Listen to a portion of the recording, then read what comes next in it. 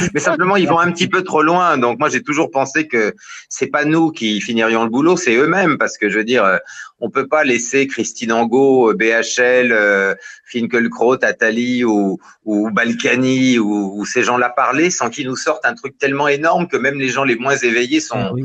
stupéfaits. Donc, faut leur faire confiance pour se montrer tels qu'ils sont eux-mêmes. Il faut encore. Étant donné qu'on nous emmerde depuis des années avec cette histoire, moi je suis pas du tout anti-féministe, hein, c'est pas ça, mais je veux dire le féministe, il y a plusieurs facettes. On nous dit il faut un homme, une femme, il faut un homme ministre, une femme ministre, il faut un homme à l'Assemblée nationale, une femme. Bon, ok, très bien, ok, très bien. Mais alors, comment se fait-il qu'une communauté qui représente moins de 1% de la population représente 99% de représentativité dans les médias, par exemple à Radio France, et c'est prouvable, et on a le Tout droit à de le fait. dire maintenant, tout à fait. Non, ça s'appelle un état d'occupation. Bon, voilà, il faut le dire, et après que les gens en tirent les conclusions. Exactement. Mais moi, je comprends pas. Il y a un parti là qu'on appelle aujourd'hui le Rassemblement national qui, soi-disant, dénonce tout. Hein. Je comprends pas pourquoi ils ne parlent jamais justement de cette occupation-là. Ils vont parler de l'occupation des femmes voilées, de l'occupation des jeunes dans les quartiers. Ça, mais cette occupation-là, non, il n'y a rien du tout. On n'en parle Mais pas parce du que Marine Le Pen est une salope et qu'elle est vendue à l'extrême droite sioniste et israélienne depuis toujours. Elle est conne, elle est nulle et elle est lâche. Bon, et elle a trahi la cause nationale depuis longtemps. Elle a bien compris que pour avoir une visibilité médiatique et entre guillemets une respectabilité, etc., il fallait se coucher comme les autres. Elle l'a fait d'une manière encore beaucoup plus dangereuse. C'est bien pour ça que je dis que même aux Gilets jaunes, Dieu sait si je méprise profondément Macron, mais il faut faire attention, le slogan des Gilets jaunes, ça doit pas être Macron démission, ça doit être de toucher ce système, ça doit être de faire interdire le CRIF, ça doit être de foutre ces gens dehors et pas s'occuper de Macron qui n'est qu'une pièce rapportée, un petit abruti qui sera plus là bientôt. C'est pas ça le problème, parce que si Macron démissionne et qu'on se retrouve avec Marion Maréchal ou Marine Le Pen derrière, avec l'extrême droite sioniste qui va nous créer un Likoud à la française, alors là on est foutu.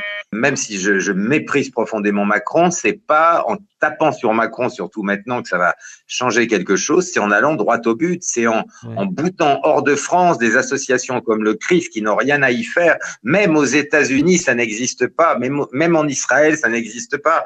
Vous avez la Ligue de défense juive qui est une organisation classée terroriste Ah oui, officiellement aux États-Unis et en Israël, qui me menace de mort, qui menace de mort tout le monde, etc., et qui s'entraîne au ministère de l'Intérieur. Mais il n'y a pas un pays au monde qui est dans cet état-là. C'est ces gens-là qu'il faut foutre dehors, c'est ces gens-là qu'il faut faire partir. Il faut rétablir le crime de haute trahison en France et il faut que le peuple s'occupe de ces gens-là. C'est le seul espoir. Le reste, c'est du baratin et on en sera encore là dans 100 ans si on continue à se dire est-ce qu'on est Mélenchon, Le Pen, machin. C'est la même chose. Ce sont deux salopards qui sont complémentaires de la même chose. Mélenchon est un salopard et un franc-maçon de haut grade. Marine Le Pen, on n'en parle même pas. Donc tout ça, c'est une blague qui est faite pour diviser le peuple. Et il faut sortir de cette triste blague, parce que sinon, on n'en sortira jamais. Certains disent qu'il faut voter, d'autres qu'il ne faut pas voter. Et quelqu'un demande aussi ce que pense Stéphane sur Asselineau. Voilà. Ce que je pense sur Asselineau, c'est-à-dire que je pense que c'est un remarquable conférencier, il a fait des conférences très très intéressantes. Par contre, ce qui m'embête, c'est deux choses, c'est que bon, il dénonce un système dans lequel il a été pendant 50 ans, parce qu'il a travaillé avec Pompidou, il a été toujours dans le truc. Mais bon, ok, c'est possible, on peut être dans le système. Il dit des choses assez justes. Au départ, j'étais assez intéressé, puis je l'ai entendu chez Ruquier plutôt, on m'a passé la vidéo parce que j'étais pas en France.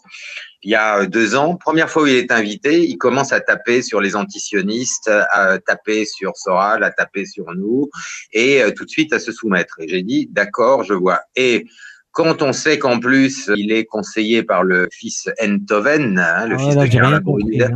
Voilà, donc si vous voulez, c'est aussi une blague. Et c'est pour ça, il est obligé, même si je ne le connais pas personnellement, le type, mais de toute façon, s'il veut avoir un avenir dans la politique, il est obligé de se coucher, de baiser les pieds de ces gens-là. C'est comme ça que ça marche. Donc, il n'y a aucun espoir avec ni Marine Le Pen, ni Mélenchon, ni Asselineau, ni qui vous voulez. Ça ne passera pas par les urnes. Il n'y aura jamais une place dans la politique pour quelqu'un qui se permettra de lutter contre l'axe du mal, c'est-à-dire contre le sionisme criminel. C'est impossible. Donc, ils sont tous obligés de montrer patte blanche. Et Asselineau a fait comme tout le monde. Voilà. Donc, il y en a qui vont te dire oui, mais attention, que ce soit Marine Le Pen, enfin le RN ou l'UPR, ils font ça en sous-marin, ils ne veulent pas en parler publiquement, mais si un jour ils sont aux commandes, bien sûr qu'ils s'occuperont de ces problèmes-là. Ouais, Qu'est-ce que tu penses de ça, toi? Ceux qui disent ça, je leur dirais, est-ce que vous savez comment marche une campagne présidentielle? Comment marche le petit monde parisien? Est-ce que vous savez à quel point il faut s'engager, signer le pacte avec le diable? Qui finance les campagnes électorales? Comment ça se passe? Où vous trouvez l'argent? Parce que ça se passe pas comme ça. J'imagine il y a plein de gens en France qui ont peut-être des bonnes idées, qui voudraient se présenter au présidentiel ou ailleurs. Je pense pas qu'ils vont pouvoir le faire. Comment ça se passe? Vous devez montrer patte blanche. Vous devez avoir les financements. Les financements viennent toujours des mêmes. Donc, vous devez participer à ce cirque permanent pour mieux biaiser, pour mieux faire perdre du temps au peuple qui souffre de plus en plus et qui continuera à souffrir parce qu'il n'est pas possible en France d'avoir un candidat antisioniste. C'est totalement impossible. Donc, étant donné que c'est la cause de plus de 90% de nos maux et des guerres dans le monde, ça ne marchera jamais. Et Asselineau est comme les autres là-dessus. Voilà. Malheureusement, c'est un très bon conférencier, mais bien sûr qu'il est bon. C'est tout, ça s'arrête là. Et moi, quand je l'ai vu, son premier passage chez Ruquier, j'ai dit ok, c'est bon. Le type n'a même pas eu les couilles de un peu se tenir face à, je sais plus, c'était Moix ou quoi. Enfin, tout de suite, c'était la prosternation. Voilà, donc c'est tout. Dommage, c'est vraiment dommage par rapport à ça. Après, bon, c'est suite à des accusations. Oui, vous êtes soralien, vous êtes complotiste, etc. Et je pense qu'il a voulu. Oui, mais alors dans ce cas-là, on reste chez soi, on ferme ça. Il était pas obligé de dire. Non, il pouvait dire, je suis pas soralien, j'ai rien à faire avec l'oral, mais je pense ce que je pense et je vous emmerde, par exemple. Exactement. Bon, voilà. Mais non, il faut se coucher, s'excuser, baisser les yeux, etc. Et c'est j'allais dire, c'est presque le mot de passe maçonnique. Faut baiser les pieds, baisser les yeux, demander pardon, dire non, non, non, cracher systématiquement, évidemment, à la gueule d'Alain, à la mienne, à celle de Dieudonné, à celle de même d'Étienne Chouard, enfin, voilà. Et ça n'arrête plus, puis c'est sans limite, Donc, voilà, on a même eu Dominique de Villepin qui se faisait traiter de fasciste. Enfin, je veux dire, donc, de toute manière, critiquer l'État d'Israël, critiquer un salopard comme Meyer Habib, qui est un agent du Mossad infiltré en France, qui fait rentrer des gens du Mossad armés à l'Assemblée nationale française, tout ça est prouvé. Dites ça, vous êtes un nazi, etc. Bon, alors on dit plus rien, mais il faut peut-être un moment que le peuple se réveille, c'est tout. Donc, en tout cas, ça passera pas par les urnes. Tant que le système n'aura pas été complètement remis à nu, on n'en sortira pas. Donc, tout espoir de vote est complètement illusoire. Ouais, mais là, il faut un miracle. Je veux dire, pour vraiment se débarrasser de ce système, il va falloir un miracle. C'est pour ça qu'on y a cru à un moment donné quand il y a eu le mouvement des Gilets jaunes. Ça a été motivant au début. Un miracle, en fait, oui, mais le miracle, ça existe déjà. Et puis, je peux vous dire que je crois quand même qu'il y en a qui s'inquiètent un peu. C'est simplement si le peuple ne se divise pas, si on arrête d'essayer de diviser les chrétiens et les musulmans, si on arrête d'essayer de cliver les gens soi-disant France Insoumise et RN ou enfin sympathisants, enfin toutes ces conneries qui ne veulent rien dire. Si on arrête de cliver les gens, si les gens comprennent qu'ils vivent la même merde, qu'ils sont dans la même situation, et si le pouvoir des médias de diviser le peuple devient moins fort, si vous voulez, on a une chance. Mais il faut lutter contre ça, et ça, c'est évidemment pas évident. Mais croyez-moi bien que si le peuple est uni, il y en a certains qui vont foutre le camp vite fait. Ça, c'est sûr. Il y a beaucoup de gens qui demandent tout le temps mais que faire, les solutions. Il y a plein de choses quand même qui peuvent être faites, faut y penser au jour le jour. Ne jamais foutre les pieds dans un magasin Leclerc ou Carrefour parce que ça appartient aux mêmes. Aller chez le petit commerçant du coin qui gagne pas grand-chose mais qui est ouvert jusqu'à 11h du soir et qui est sympa, etc.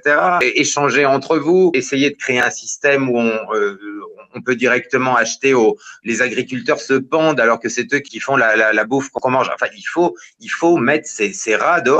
C'est pas possible. Enfin, il faut trouver un système de consommation directe entre les producteurs et les consommateurs. Il faut boycotter les grandes surfaces qui appartiennent tous au même. Il faut arrêter d'aller bouffer chez McDo ou de boire du Coca, etc. Tout ça, c'est pas des détails. Si tout le monde le fait, ça compte. Il faut effectivement aller manifester par millions devant le CRIF qui a exigé que le mouvement des Gilets jaunes s'arrête, le Bénéberry, toutes ces sectes contre les hauts degrés de la franc-maçonnerie. Enfin, il faut voir où est le véritable pouvoir et commencer à leur dire attention, le peuple, c'est le peuple et s'il est uni, vous n'aurez pas 5 minutes pour dégager. Voilà. Croyez-moi que quand ça arrive, ils le sentent. Franchement, totalement d'accord avec toi, mais tu sais très bien, il y en a beaucoup qui ont pris l'initiative de lancer des appels au boycott de telle ou telle marque. On les a vus quand il y avait les massacres en Palestine. La communauté musulmane, dans sa majorité, ne suit pas les consignes, enfin des gens qui appellent au boycott des produits israéliens. Il y a un manque de solidarité. Je ne sais pas pourquoi, je ne sais pas ce qui explique ça. Alors, les Français, c'est encore pire. Il y a eu des gens pendant les Gilets jaunes qui leur ont dit il faut arrêter de consommer, retirer votre argent des banques, éviter, privilégier exactement ce que tu viens de dire, privilégier les petits commerçants, enfin bref, le commerce de proximité. Vous avez tous compris que les gens qu'on fait élire Macron, ce sont des plutocrates, des banksters, des esclavagistes.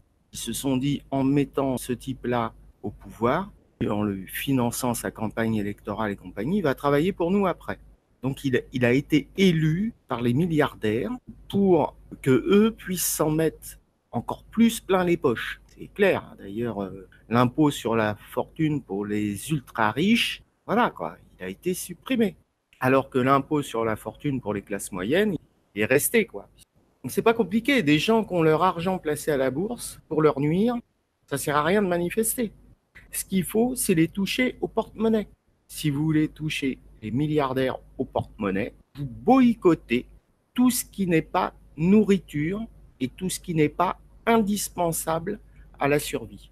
Et tout ce qui n'est pas made in France. Tout ce qui n'est pas fabriqué en France. Vous boycottez. Je peux vous dire un truc. C'est que quand les étalages, et si vous avez un téléphone à changer, vous attendez. Vous attendez que Macron ait été viré par les propres personnes qui l'ont fait élire. Ces gens-là n'ont qu'une idée en tête, faire un maximum de pognon. Si vous boycottez tout ce qui n'est pas nourriture et tout ce qui n'est pas made in France, Macron, dans 3 mois, il sera plus au pouvoir. Par contre, si vous manifestez et que le jour même, vous allez à McDonald's, si le jour même, vous allez changer votre téléphone parce que votre forfait vous le permet pour... voilà. Là, je peux vous dire un truc, c'est que Macron, il peut durer 10 ans à ce rythme-là. Il en a rien à foutre. Il en a rien à foutre des manifs.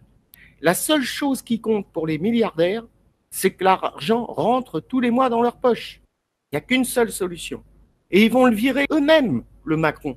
Ils vont lui dire, tu dissous l'Assemblée, tu fais ce que le peuple il t'a dit de faire, parce que nous, on n'en peut plus, parce que nos actions, elles baissent. Et nous, on n'a pas l'intention de perdre des milliards à cause que tu veux les assécher trop vite. Donc la seule solution, c'est de boycotter tout ce qui n'est pas nourriture. Il y a encore autre chose à faire.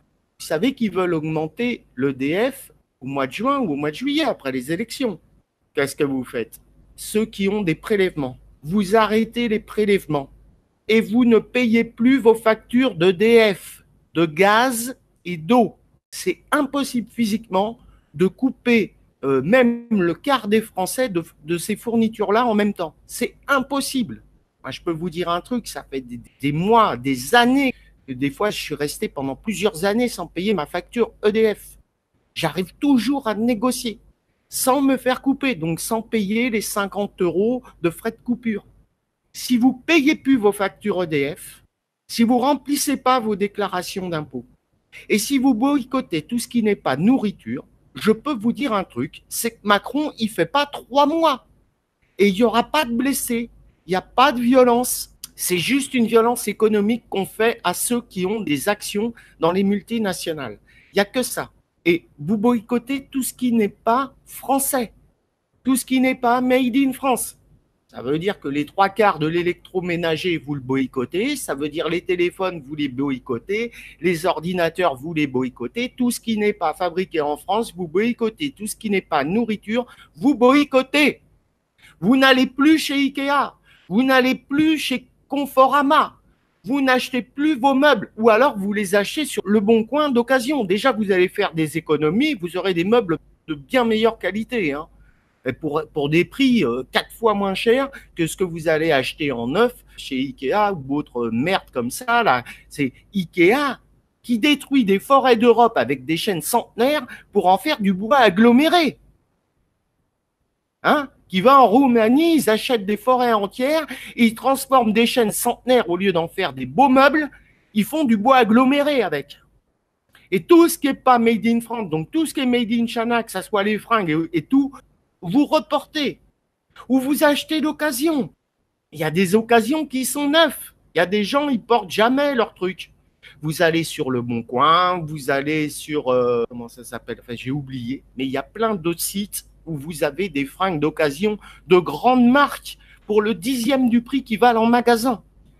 Je vous dis, si vous boycottez tout ce qui n'est pas nourriture et tout ce qui n'est pas indispensable à votre survie, produits d'entretien, le papier cul, je peux vous promettre que Macron se fait virer par ceux-là même qui l'ont mis au pouvoir. Parce qu'ils ne vont pas supporter longtemps qu'il n'y ait plus d'argent qui rentre dans les caisses de ces multinationales, ou même de ceux qui font de l'import-export avec l'Asie. Croyez-moi que si vous achetez plus rien, jusqu'à temps que Macron dissolve l'Assemblée nationale, mette la proportionnelle et nous propose le RIC, Macron se fait virer par ceux-là même qui l'auront mis au pouvoir. C'est sûr et certain, vous n'avez pas à vous casser la tête. Ce qu'il faut, c'est simplement faire passer le message. Faites passer la vidéo. Boycotter, il n'y a que ça de vrai. Il n'y a que ça de vrai. Tapez-les au porte-monnaie. Allez, je vous embrasse. À plus. Mais ce n'est pas suivi, quoi. C'est ça le problème. C'est bien ce que je dis. En fait, on a toutes les armes, mais on ne sait pas les utiliser parce que le peuple a une difficulté extraordinaire à s'unir et les gens se disent ouais, on va faire un truc et puis ils sortent de chez eux, ils vont bouffer un McDo, boire un Coca, aller faire leur course chez Leclerc ou Carrefour et puis voilà, et c'est tout. Et donc, mais le jour où ils auront compris qu'il faut pas faire ça, et surtout le jour où ils auront compris que les gens qui font nos lois, monsieur Laurent Fabius, monsieur Sans Contaminé, monsieur Al-Nosra, monsieur qui disait que les terroristes faisaient du bon boulot. Je sais que la plupart des Français ne le savent pas, c'est le président du Conseil constitutionnel, c'est-à-dire c'est ce fils de pute qui fait nos lois, et je dis bien ce fils de pute et son voleur de fils qui a volé des millions qui étaient recherchés par les États-Unis. Enfin, ce sont ces gens-là qui nous dirigent. Le président du Conseil constitutionnel en France qui peut faire passer des lois, faire interdire, faire changer des lois. Enfin, le chef, c'est monsieur Laurent Fabius. Voilà. Et il faut quand même se réveiller. Donc, au lieu de s'en prendre à Macron, il faut voir qui est Jacques Attali, qui est BHL, qui est voilà, et qui est Laurent Fabius, qui est Khalifa du CRIF, qui est le président du Bénédicte, qui sont ces gens toujours plus ou moins cachés qui dirigent absolument tout dans ce pays. Voilà. La solution, c'est ça. Bassam Tahan, que tu dois connaître. Oui, bien sûr, je connais bien. Il fait partie d'une liste qui se présente pour les européennes de dimanche. C'est la liste des musulmans français. Il en fait partie. Donc lui, il n'est pas musulman, il est chrétien. Je ne sais plus le nom exact, mais il est chrétien. Et il était là à défendre justement cette liste. Lors de cette discussion, il a été attaqué par des gens du Rassemblement national qui lui ont dit « Mais c'est favoriser le communautarisme, comment ça parler au niveau européen des musulmans alors qu'ils savent très bien qu'il y a un Parlement européen juif, je crois. » Évidemment, puisque Marine Le Pen a été l'inaugurer, leur faire quelques anilingus. Voilà. Bien sûr. Non, mais bon, ça c'est une blague. Donc on sait bien que maintenant le Rassemblement national est aux mains d'une bande de crapules qui travaillent avec l'extrême droite israélienne, que le seul désir de Madame Marine Le Pen, c'est d'être adoubée par Netanyahou. Elle est prête à tout pour simplement aller pleurnicher devant le mur des lamentations. Son seul but, c'est ça. Parce qu'elle veut le pouvoir et qu'elle a compris que, enfin, elle veut le pouvoir ou en tout cas, elle veut une vie facile et elle a compris que pour avoir ça, il fallait passer par là. Voilà, c'est pas une résistance, c'est une collaborationniste. On peut penser ce qu'on veut de son père, mais au moins, il avait le courage de tenir tête à ces gens-là. On peut penser ce qu'on veut de son Ah bah caractère, jusqu'à c'est autre maintenant, chose. hein. Jusqu'à Mais maintenant, voilà, hein. absolument. Et donc c'est pour ça que moi je suis toujours très ami avec son père, je le cache pas, voilà, et on se connaît bien. Mais sa fille, non, c'est pour moi, c'est vraiment c'est un exemple, c'est une tragédie grecque, quoi. Enfin, c'est vraiment une. Mais le Bon, bah, problème, enfin, je ce vais qui essayer est de rester poli, mais c'est difficile. il y a pas de souci. Mais ce qui est dramatique dans tout ça, c'est qu'elle se vend en plus, mais il lui crache dessus à chaque fois. Bien C'est-à-dire qu'elle sûr, a oui, mais c'est ça. beau Mais bien se mettre sûr, à bien sûr. genoux, il lui crache dessus. Allez. Bien sûr, à chaque fois, oui, oui, mais ça n'empêchera pas, c'est ça, c'est tout à fait ça. Mais elle ira encore plus loin, elle rampera encore plus bas, elle fera encore davantage, bien sûr. Bon, en fait, elle fait partie du système, hein, en somme, hein. Évidemment, évidemment, Ouais. évidemment. Qu'est-ce que le père Le Pen en pense de la collaboration sioniste de sa fille? Moi, je peux pas parler au nom de Ouais. Jean-Marie Le Pen, mais en tout Voilà. cas, ce qui est certain, c'est que vu la manière dont il a été traité par sa fille, ça, je peux vous dire que Oui, ah, c'est sûr qu'il n'en est pas sorti indemne. Et il a dit à sa fille plusieurs fois, et de toute façon, à force de ramper de cette manière, eh ben, tu étais quelque chose et tu seras plus rien. Voilà, c'est tout. Mais le reste, moi, je peux pas me permettre de parler en son nom. Mais ça, on sait très bien ce qu'il mais ils ne sont ce qu'il en jamais pense. entendus, je trouve. Hein. Le Pen et sa fille, je trouve qu'ils n'ont jamais été très proches. Ils se sont toujours tirés dedans. Hein. Oui, bah, c'est-à-dire que en même temps, bon, moi, c'est moi qui suis un des plus proches amis, c'est Bruno Gollnisch. Donc j'ai été, même si j'adore Jean-Marie Le Pen, j'étais très triste quand il a choisi sa fille plutôt que Bruno Gollnisch pour prendre sa suite. Voilà, mais c'est compréhensible dans le sens où voilà, c'était sa fille et il y a toujours quand même, malgré tout, il adore ses filles. Enfin, c'est voilà, bon, bref, il a fait ça, bah. Il a vu le résultat. Qu'est-ce qu'on peut dire? C'est comme ça. C'était un drame familial. Et je pense que si Bruno Gollnisch avait pris lui qui a eu toujours le courage de rester un véritable antisioniste et de tenir tête à cette mafia, bah si ça avait été lui, ça serait passé autrement. Mais c'est clair. Mais voilà. Macron a été lâché par les gens qui l'ont mis au pouvoir, c'est-à-dire les Attali, enfin toute la mafia, toute la clique, etc. Il a été lâché par eux, ils préparent déjà la succession. Ils savent très bien le danger qu'il y a et ils se disent on peut pas se permettre d'attendre, on doit préparer la suite, c'est-à-dire on doit la préparer pour que ça parte en couille. Voilà, donc ils sont déjà en train de préparer effectivement ce que je disais tout à l'heure, le national-sionisme. On a vu la manière dont ça avait démarré. On voit que Ardisson, ce collabo, mais pas collabo au sens, enfin bref, qui se vantait, moi j'avais connu avec Yves Mourouzi il y a 20 ans, 25 ans, il se vantait de montrer ses collections révisionnistes à tout le monde et d'être l'homme de Mussolini, machin, enfin bref, fasciste, etc. Maintenant, il pleure devant Drucker, Enrico Macias, César, et il invite dans son émission toutes les semaines Monsieur Golnadel, lui qui a pensé, qui a structuré le national-sionisme. Donc tout est prêt de tous les côtés, on le voit, on a Finkielkraut, Zemmour, Marion Maréchal, Marine Le Pen, Golnadel, et tout ça est en train de se mettre en place pour prendre la relève. Ils savent très bien l'écœurement qu'il y a face à Macron, face à ces photos délirantes du 14 juillet, face à ces réactions débiles, etc. Et ils se disent, on va préparer la suite, et la suite, ça sera forcément l'apparence de l'inverse, c'est-à-dire une soi-disant droite nationale, etc., et qui sera en fait une droite ultra, enfin une droite, même pas une droite, qui sera, oui, une extrême droite ultra-sioniste à la Netanyahou, donc un Likoud français. Macron a déjà été lâché, bien entendu, oui.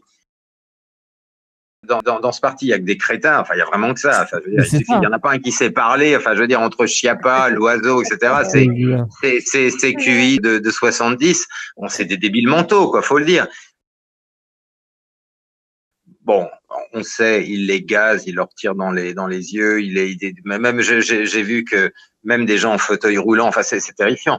Mais en même temps, on sait que des gilets jaunes qui se sont retrouvés à l'hôpital parce qu'ils avaient été blessés ont été fichés, des gens menacés par la police, persécutés. Il y a même des gens qui ont perdu leur maison. Enfin, je veux dire, c'est terrifiant. Mais je pense que justement, ces gens n'ont plus rien à perdre et que le pouvoir profond du CRIF est en train de faire en ce moment va se retourner contre lui et que, alors, je ne sais pas si ça sera la continuation du mouvement des Gilets jaunes ou s'il y aura une pause et que ça reprendra, mais de toute façon, même s'il y a une pause, ça reprendra et la prochaine fois, je crois que ça sera beaucoup plus radical parce que de toute façon, les gens sont dans une telle situation de désespoir qu'ils n'ont plus rien à perdre. Et je crois que menacer, humilier, frapper, harceler, ficher les gens, je veux dire, il y a un moment où je crois que le peuple français, il est très calme, beaucoup trop même, ce serait souvent, mais quand on le réveille, je crois que ça va pas se passer dans le calme. C'est pour ça qu'ils vont essayer de les endormir et ça tient la route avec tout ce que tu as dit en fait.